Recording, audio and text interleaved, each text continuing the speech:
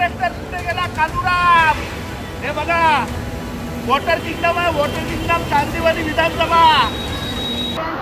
जय महाराष्ट्र.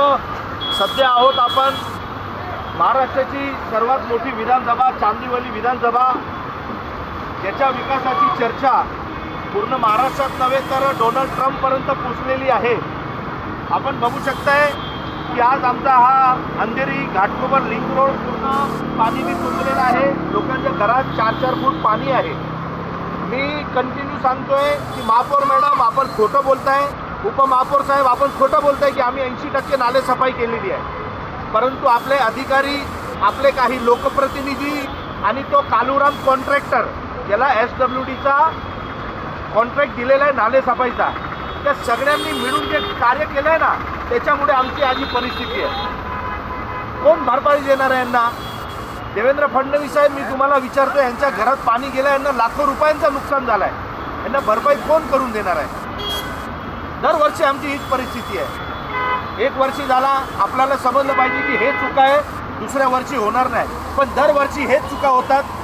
आणि त्यात आमच्या चांदीवलीमध्ये आपण बघितलं की काल पण एक असलम शेख नावाचा माणूस मेन हॉलमध्ये गेला आणि त्यात तुमचे आमदार अमित साटम, त्यांना लाज वाटली पाहिजे की विधान भवनामध्ये उभे राहून बोलताय. काल गाळांची चर्चा आणि आज मेन हॉल हसून हसून बोलतायत. साहेब, अशा लोकांचा राजीनामा घ्या. तुम्ही ज्या पद्धतीने अधिकाऱ्यांचा राजीनामा घेतलाय ना त्या पद्धतीने तुम्ही अमित साटमचा पण राजीनामा घ्या. अमित साटमला राजीनामा दिलाच पाहिजे. तुमची जबाबदारी आहे. नेहमी दुसऱ्यांवर बोटं दाखवताय ना अमित साटम, रोज बसून सकाळी. तुमची जबाबदारी, आता तुम्ही पण राजीनामा द्या. हे सगळे झालंय तर तुमच्यामुळे आहे. गेले 4 वर्ष नगरसेवक नव्हते, तुम्हीच लोक होतात, प्रशासक होते, त्यांच्यावर वचक तुमचा होता. 4 वर्षात नालेसफाई काहीच झाली नाही.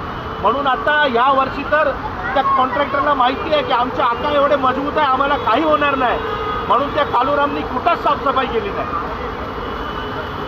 माझ्या चांदीवलीची जनतेला मुआवजा भेटला पाहिजे. त्यांच्या घरात पाणी गेलं, त्यांना लाखोंचं नुकसान झालेलं आहे. माझी विनंती आहे सरकारला की त्यांना तुम्ही तहसीलदारांना पाठवून त्यांच्या घराघरात जाऊन किती नुकसान झालं आहे त्यांना त्यांची भरपाई करून द्या. धन्यवाद.